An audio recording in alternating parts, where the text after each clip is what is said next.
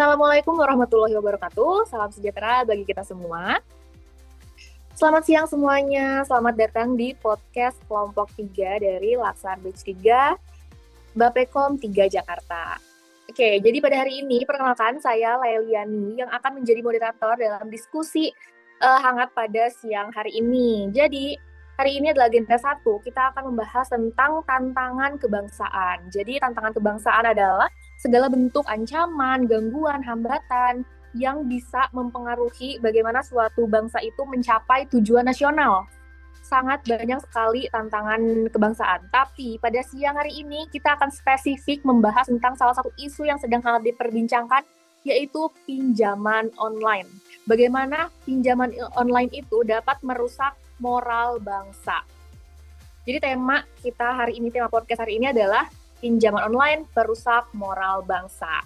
Gitu. Jadi pada siang hari ini kita sudah kedatangan narasumber-narasumber yang sangat luar biasa. Sebelumnya aku perkenalkan dulu, ada Kak Nimas, ada Kak Nadira, ada Kak Noval, Kak Jenny, Kak Nadia, dan juga Kak Nita. Oke, langsung aja kita masuk ke topiknya. Tadi ada judi online perusak moral bangsa. Yang pertama yang akan mengemukakan pendapatnya yaitu ada Kak Nadira dan Kak Nadia. Boleh siapa dulu nih yang mau mengemukakan pendapatnya? Mungkin aku dulu boleh kali ya, karena mau cerita sedikit soal sejarah judi di Indonesia gitu. Oke, boleh banget Kak Nadira, dipersilahkan. Terima kasih Mbak Lae, aku izin sharing ya teman-teman.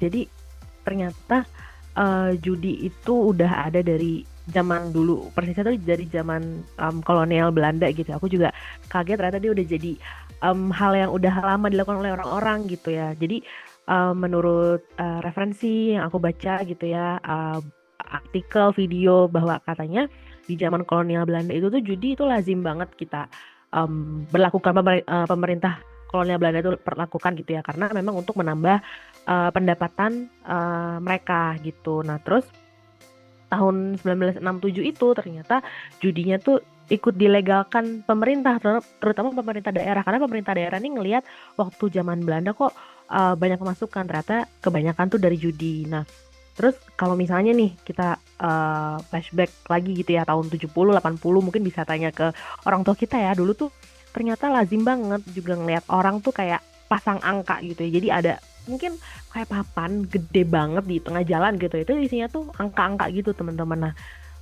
udah kayak jadi lifestyle gitu loh buat mereka, dan emang ibu-ibu rumah tangga, mahasiswa itu tuh ya udah, mereka tuh rela jual perhiasan, rela nggak makan buat beli nomor judi gitu. Jadi ternyata emang udah ada dari dulu, mendarah daging, bedanya tuh dulu memang dilegalkan gitu.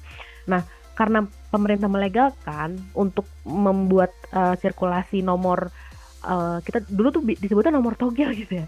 Sirkulasi nomor togel itu semakin masif gitu. Pemerintah tuh mendirikan namanya Yayasan Rehabilitasi Sosial.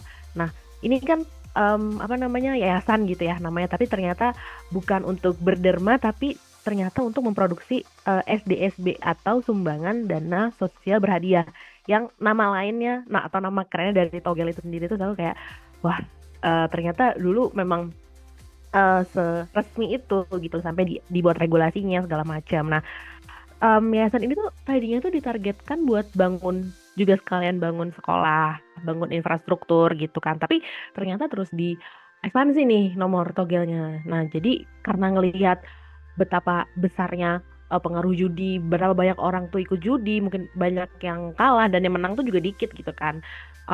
Terus akhirnya beberapa mungkin golongan masyarakat itu protes, terus ulama juga ikut mengharamkan judi gitu loh. Jadi mereka tuh nuntut ke DPR, tolong ini praktek judi dihilangkan gitu. Tapi nyatanya praktek ini tuh tetap tumbuh subur gitu loh teman-teman, dengan cara yang ilegal. Di daerah kayak Muruk dan Ancol tuh dulu ada kasino lah bahasa kerennya gitu ya. Dan itu nggak main-main, itu tuh didatangi sama turis-turis mancanegara kayak dari Singapura, kayak dari Malaysia, kayak dari Thailand gitu. Nah, terus ya udah judinya tuh dia berkembang secara underground aja gitu loh, di bawah tanah, walaupun nggak terlihat, tapi bukan berarti nggak ada ya. Nah, ternyata hal ini tuh jadi cikal bakal judi online yang mau kita bahas juga nih hari ini. Nah, itu kan tadi aku ceritanya dari zaman kolonial ke mungkin tahun 80, 90-an sampai 2000-an awal. Nah, eh, judi online ini disinyalir muncul di Indonesia tuh tahun 2000 ketika era ponsel ya, orang-orang udah pada pegang HP semua, udah pada punya laptop. Nah, itu tuh mulai menjamur gitu. Nah, eh, kita mungkin langsung aja ngebahas judi online itu sendiri ya di Indonesia. Jadi kenapa judi online, maksudnya bagaimana sih judi online itu muncul di Indonesia gitu ya? Pertama memang pelaku judi online itu ternyata bukan orang Indonesia teman-teman, tapi waktu itu ya di Kamboja dan Myanmar gitu. Jadi dari negara tetangga kita. Nah mereka tuh kayak buka lowongan pekerjaan gitu ya kepada anak-anak muda Indonesia sebagai operator judi online. Nah tapi mereka membalutnya dengan iming-iming mendevelop perusahaan game gitu. Jadi kan mungkin zaman dulu game online juga sedang digandrungi gitu ya. Jadi siapa sih yang nggak tertarik kerja di luar negeri gitu, dan katanya gajinya juga lebih besar dari di Indonesia gitu kan. Jadi ada yang memutuskan untuk lanjut ketika udah tahu kena tipu, ada yang juga ya udah mundur gitu. Nah, judi online tuh naik lagi, namanya terus naik ketika adanya pandemi COVID gitu kan. Ini menyasar ke penggunanya ya, pengguna judi online tuh semakin meninggal gitu karena memang kita pandemi kan di rumah aja nggak ngapa-ngapain dan menghabiskan banyak waktu di depan layar HP gitu ya. Jadi berebaklah sampai sekarang yang kita udah sering dengar ya, bahaya judi online. Terus kenapa sih orang bisa ketagihan judi online gitu, dan apa sih dampaknya? Nah ini ketiga atau keempat aspek itu bisa dijelaskan oleh Mbak Nadia kali ya. Kayak menurut Mbak gimana nih, kenapa judi online tuh jadi menarik dan diperbincangkan banyak orang gitu? Terima kasih Kak Nadira untuk sharing tentang sejarahnya, bahwa ternyata udah dari dulu banget yang namanya judi online, bahkan sampai judinya sendiri pun udah pernah legal gitu di Indonesia. Terus kenapa sih? Maksudnya kan kita banyak ya ngelihat kasus orang terjebak judol gitu. Kenapa sih judi online itu jadi sesuatu yang menarik? Pertama gini sih, mungkin teman-teman udah pernah kali ya kayak main ke suatu website, mungkin website berita atau website lainnya, terus ada semacam pop-up ads, jadi iklan yang muncul ketika ketika kita buka website itu, atau banner ads mungkin yang ada di samping halaman website itu, dan itu tuh mengiklankan website untuk judi online, dan itu dibuat semenarik dan semengundang mungkin sehingga orang untuk kepo apa nih gitu. Terus udah kepo nih, buka websitenya entah sengaja atau tidak, terus dilihat dikasih iming-iming promo, misalkan kayak untuk free spin 1 kali, misalkan untuk yang judinya berupa rolling gitu, atau bisa deposit nilai kecil dulu, dijanjikan bonus atau cashback gitu, sehingga orang ngerasa boleh kali ya coba gitu. Ditambah juga dengan easy access gitu, jadi sepertinya mudah ya, bisa dengan ponsel, bisa dengan gadget apapun yang kita temuin sehari-hari, kayak semudah itu gitu, tinggal klik-klik terus e-wallet, transfer, depo, selesai. Sehingga jadi ngerasa apa ya, ini mudah, ini sesuatu yang bisa kita lakukan sambil melakukan kegiatan lain mungkin. Aku pribadi pernah ngeliat ada yang lagi naik motor gitu, dan di lampu merah itu main judi online. Jadi rasanya kayak sesenggang itu, semudah itu gitu aksesnya. Ini mengerikan sih memang. Dan kemudian polanya itu, kalau dari yang aku perhatikan modus-modusnya, yang pertama itu adalah dijanjikan easy money. Jadi awal-awal itu memang dibikin mudah nih menang, 1-2 kali masih dikasih menang sama bandarnya. Terus kemudian lama-lama diatur sedemikian rupa algoritmanya sehingga akan ada lebih banyak kehilangan daripada menangnya, lebih banyak buntung daripada untungnya, gitu sih istilahnya. Terus orang tuh jadi merasa terikat gitu, jadi kayak sekali lagi deh, aduh belum balik modal, aduh kali habis ini bisa gitu. Perasaan hampir menang itu jadi sesuatu dopamin yang canduk gitu untuk sebagian orang, yang akhirnya malah jadi terikat gitu, jadi terjebak gitu. Terus seperti yang disebutin sama Kak Nadira tadi, kan macam-macam ya dampaknya tuh, kayak ada ibu-ibu, orang-orang yang rela nggak makan, rela nggak membeli hal-hal yang lain yang lebih penting untuk deposit judi online gitu. Yang pertama, kalau dari eh, pribadinya sebagai pelaku itu yang pertama jelas stres, frustasi. Kalau misalkan dikasih awal menang, menang, menang, terus lama-lama kalah terus kan kehilangan uang, lama-lama stres juga kan. Karena ya tetap pengeluaran tetap harus berjalan, hidup harus berjalan, tapi yang ada uangnya udah terlanjur untuk judi online gitu. Apalagi kalau untuk orang-orang yang sudah berkeluarga, banyak juga sih kasus orang-orang yang memilih untuk daripada buat makan, daripada buat apa, mending buat depo judi online, kali habis ini balik modal, kali habis ini bisa berkali-kali lipat, seperti itu. Terus uang udah habis, misalkan uang udah habis, mungkin udah jual sana sini, terus apa? Utang, terlilit hutang, minjem ke orang, ke keluarga, ke teman, dan bayarnya ya belum tahu gitu. Nanti mungkin kalau menang, mungkin. Jadi ya semuanya gambling gitu. Jadi bisa jadi ketika misalkan terus gak bisa bayar, akhirnya malah merusak silaturahmi keluarga, temen yang tadinya mungkin erat, dekat gitu, jadi malah tidak akrab gitu, karena ya gara-gara masalah utang itu. Bahkan mungkin kalau udah kepepet bisa jadi resort tuh ini jadi bisa kriminal gitu, misalkan penipuan, pencurian, pembunuhan bahkan. Jadi ini sesuatu yang sangat, dampaknya itu bisa kemana-mana gitu. Kalau kita bicara data ya, kemarin itu sempat ada di berita, eh, Menteri Komunikasi dan Digital, Menteri Komdigi itu bilang kalau nggak ada intervensi, kerugian ekonomi akibat judi online itu bisa mencapai 1.000 triliun pada akhir tahun 2025. Itu beberapa bulan lagi kan. Jadi kalau nggak ada intervensi, kalau nggak bergerak sekarang, kerugian tuh bisa sampai sebesar itu gitu. Lossnya juga banyak banget, dari potensi pajak yang hilang, harusnya bisa untuk pendapatan di dalam negeri, tapi malah keluar karena kan seperti yang disebutkan tadi, bandarnya rata-rata dari luar gitu ya, dari luar negeri. Bahkan sepanjang 2024 itu aja transaksi judi online itu mencapai angka 900 triliun sampai 2024 itu. Jadi itu nilai yang sangat gak kecil ya, sangat besar gitu ya. Jadi emang ini sesuatu yang harus banget dan sudah sangat urgent untuk ditindaklanjuti. Gitu sih kalau dari aku. Mungkin Kak Najib ada komentar? Sebelumnya kayak ini ya, apa namanya, ini pembahasannya masih di awal tapi udah panas banget ya kayaknya. Udah bahkan baru ngebahas sejarah sama sedikit apa yang dampaknya gitu terhadap judul gitu. Jadi teman-teman pasti punya banyak komentar nih, komentar panas juga tentang tadi sedikit pembahasan judul. Boleh dilanjutkan ke Noval, mungkin ada ingin mengomentari? Baik ke Kalae, terima kasih juga buat Pak Kanadia dan Kak Nadira ya atas paparan tadi di awal, itu yang sangat menarik. Bahkan info-info terbaru yang sebenarnya judi itu sudah ada ya dari zaman kolonial Belanda ya. Mungkin saya ingin menambahkan saja, tadi yang disampaikan oleh Mbak Nadia itu benar. Memang sudah sangat terlihat jelas sekarang bagaimana judi online itu bekerja, layaknya perangkap yang sangat sistematis. Di awal mempromosi yang begitu masif, judi online di mana-mana, banner, website, pop-up iklan, itu awalnya memang orang sekedar penasaran saja. Tapi lama-lama dia kepo dan akhirnya dia coba-coba. Belum lagi yang tadi Mbak Nadia sampaikan itu ada namanya promo free spin 1 kali, dan itu juga dijanjikan mendapat cashback dari semua yang dia coba di awal itu. Sebenarnya itu semua didesain supaya orang merasa tidak rugi untuk mencoba. Apalagi aksesnya sangat mudah, tinggal klik, transfer lewat e-wallet atau pakai rekening, rasanya seperti sekedar angka di layar. Tidak terasa uang fisik yang keluar, padahal sebenarnya harta kita terus tergerus.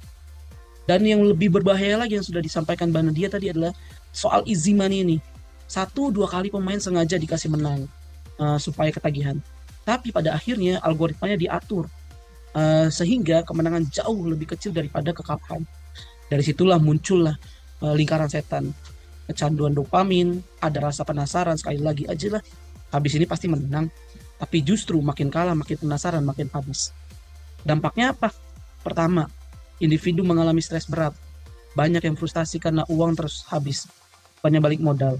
Kedua, keluarga ikut hancur. Ada yang lebih memilih deposit ketimbang memenuhi kebutuhan rumah tangga. Bahkan sampai marah-marah ke pasangan atau anak karena terbawa emosi. Yang ketiga, masalah hutang. Uang habis, barang-barang rumah dijual, lalu mulai berhutang ke teman, keluarga, bahkan ke pinjol. Dari situ silaturahmi rusak, hubungan baik dengan orang-orang tergabung putus. Dan kalau sudah mentok, Sebagian orang bisa nekat melakukan tindakan kriminal, dari pencurian kecil, pemalakan, penipuan, hingga pembunuhan.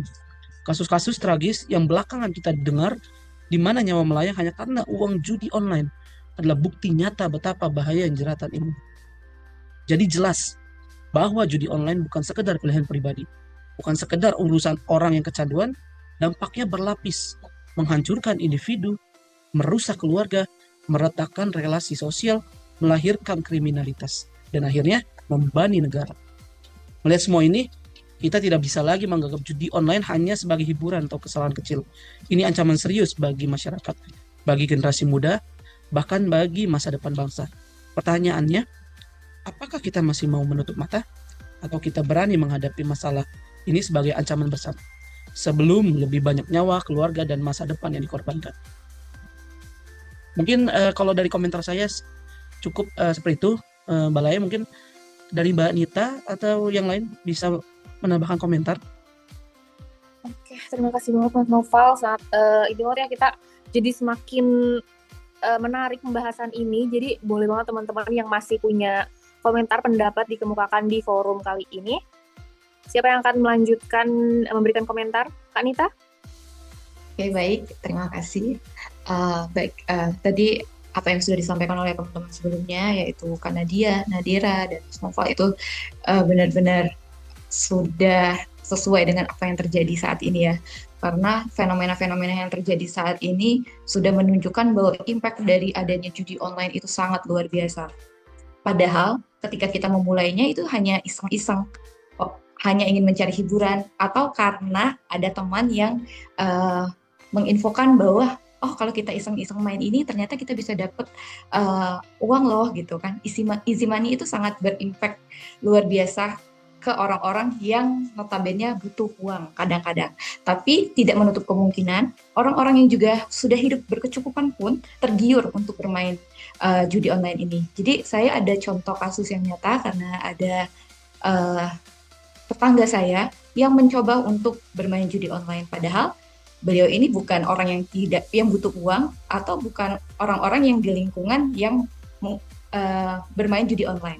Tetapi karena dia hanya coba-coba, itu menghancurkan segalanya. Dia sampai bisa menjual aset-asetnya, lalu akhirnya ujung-ujungnya mencari uang ke sana kemari. Jadi judi online itu tidak hanya menjerat generasi muda, tapi semua generasi, lalu tidak hanya menjerat orang-orang yang butuh uang, tapi semua bisa terjerat hanya karena coba-coba atau mencari hiburan. Dari saya mungkin itu dulu.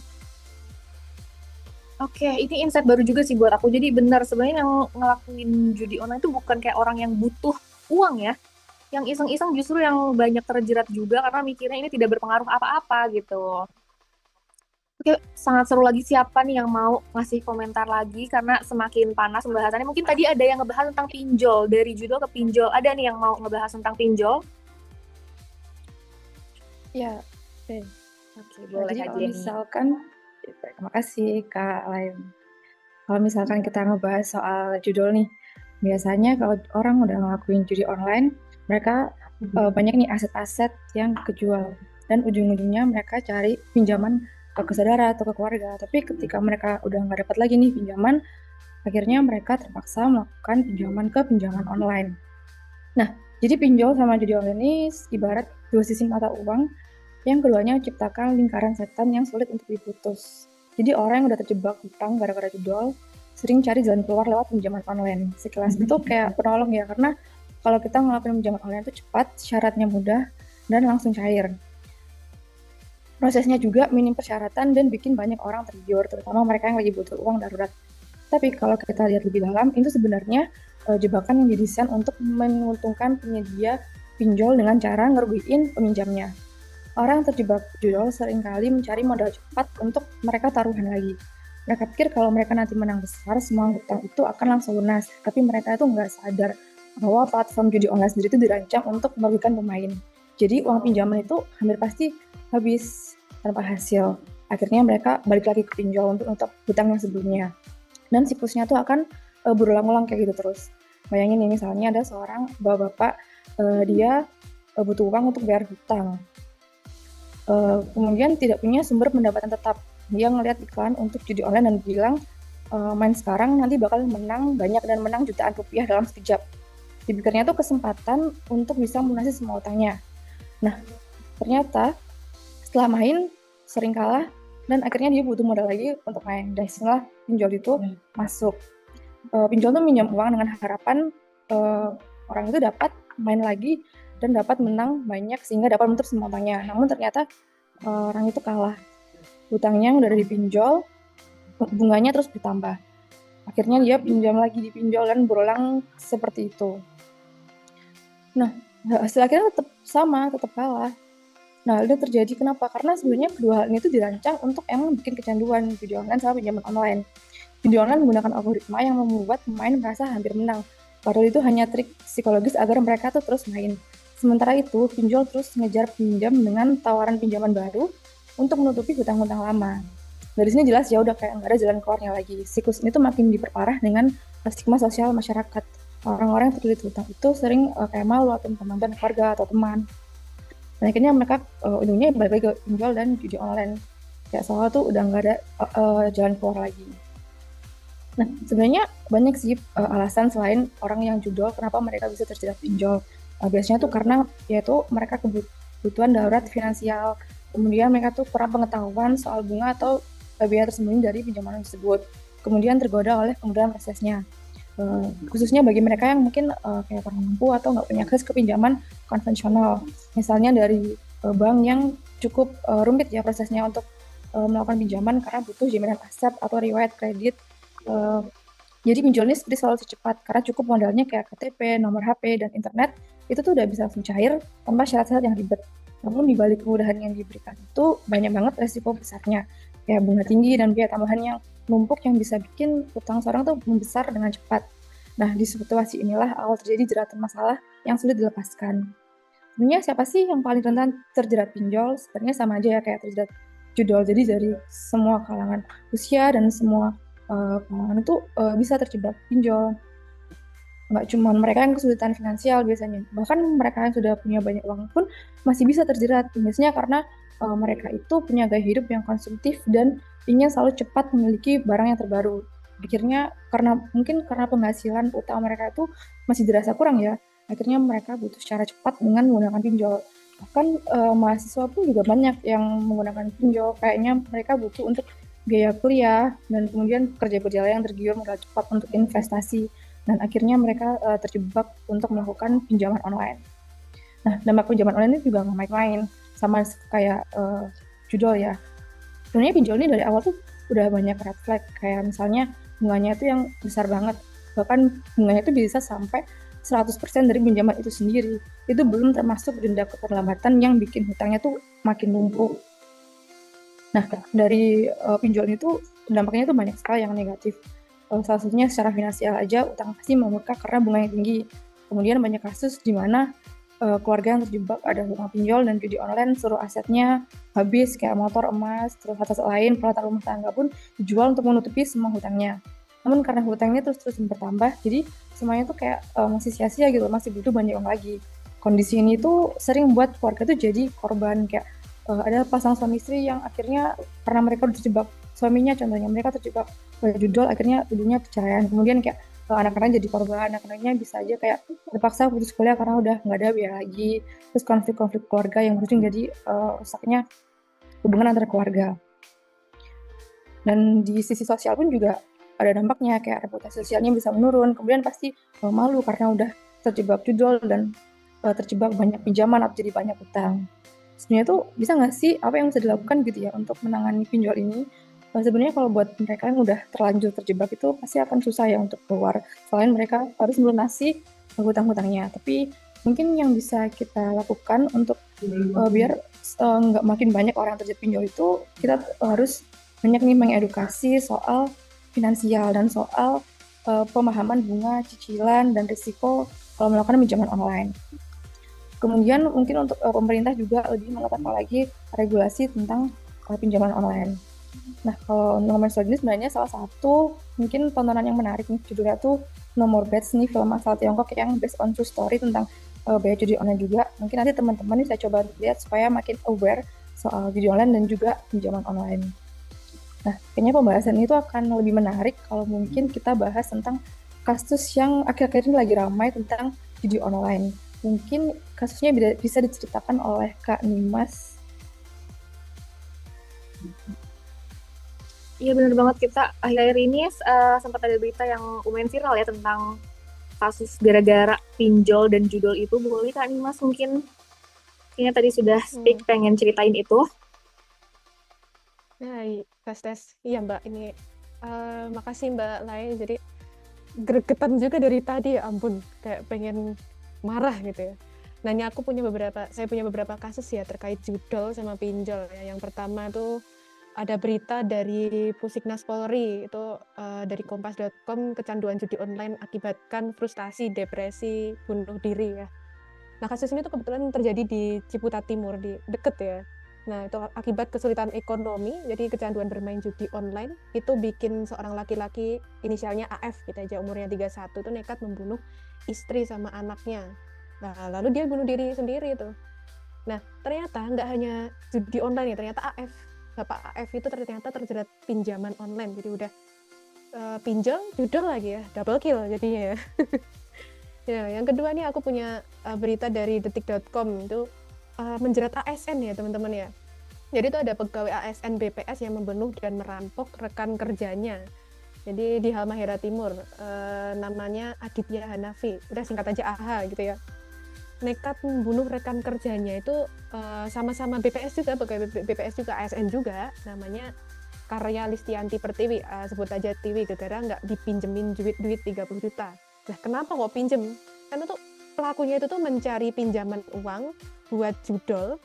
Nah duitnya tadi, duit yang dia punya itu tuh sebenarnya dialokasikan harusnya ke pernikahan, karena tuh AH ini mau nikah gitu, tapi duitnya malah dipakai judol gitu Mbak Mas. Itu gimana menurut Mbak Lai? Iya itu parah banget sih, kayak bener-bener bukti nyata dari pembahasan kita hari ini kalau misalnya udah judol pasti ujung-ujungnya pinjol gitu, karena gali lubang tutup lubang juga. Apakah teman-teman punya komentar juga nih? Iya gimana kan nih Mas? Masih ada yang pengen disampaikan gitu? Masih ada greget di hati? Iya sih Mbak, jadi kalau menurut saya ya prihatin dengernya Mbak. Jadi saya langsung nyampein aja ya Mbak ya. Kan udah gregetan ini. Jadi udah seorang bapak muda nekat habisin istri, ASN juga habisin temennya yang notabene temennya tuh nggak salah apa-apa gitu ya. Aduh itu benar-benar prihatin sih. Jadi ketika panik dan butuh dana, pelaku tuh justru mengambil jalan pintas, ngerampok, bahkan sampai membunuh gitu. Di sini tuh kita bisa lihat ya, judi online tuh nggak sekedar main-main, tapi udah menjelma jadi candu ya teman-teman ya. Bikin orang kehilangan akal sehat, moral, dan rasa kemanusiaan gitu. Ini sekaligus tamparan keras nih, dan reminder buat kita bahwa dampak judi online tuh nggak hanya menghancurkan nggak cuma pelakunya aja, tapi orang-orang yang nggak bersalah gitu. Jadi bahaya judol ini bukan lagi isu individu ya, tapi masalah sosial yang harus ditangani serius dari sisi regulasi, penegakan hukum, iman, sampai edukasi masyarakat. Itu sih Mbak Lai. Oke teman-teman, pembahasan kita sebenarnya ini bisa masih panjang dan sangat amat menarik, tapi sayang banget untuk kesempatan kali ini mungkin kita harus akhiri dulu sampai sini. Tadi kesimpulannya intinya ya, untuk semuanya pinjol dan judi online itu hal yang sangat harus dihindari. Jangan coba main-main, jangan iseng-iseng, karena banyak banget yang terjerat pinjol dan juga judol tuh dari iseng-iseng, bukan cuma karena butuh uang. Dan mudah-mudahan terima kasih juga buat narasumber yang sudah memberikan pendapatnya pada pertemuan dan pembahasan tentang pinjaman online perusak moral bangsa kita kali ini. Dan semoga kita bisa bertemu lagi di podcast Kelompok 3 Bappekom 3 Jakarta di kesempatan selanjutnya. Terima kasih untuk semuanya. Akhir kata, saya tutup dengan salam. Assalamualaikum warahmatullahi wabarakatuh.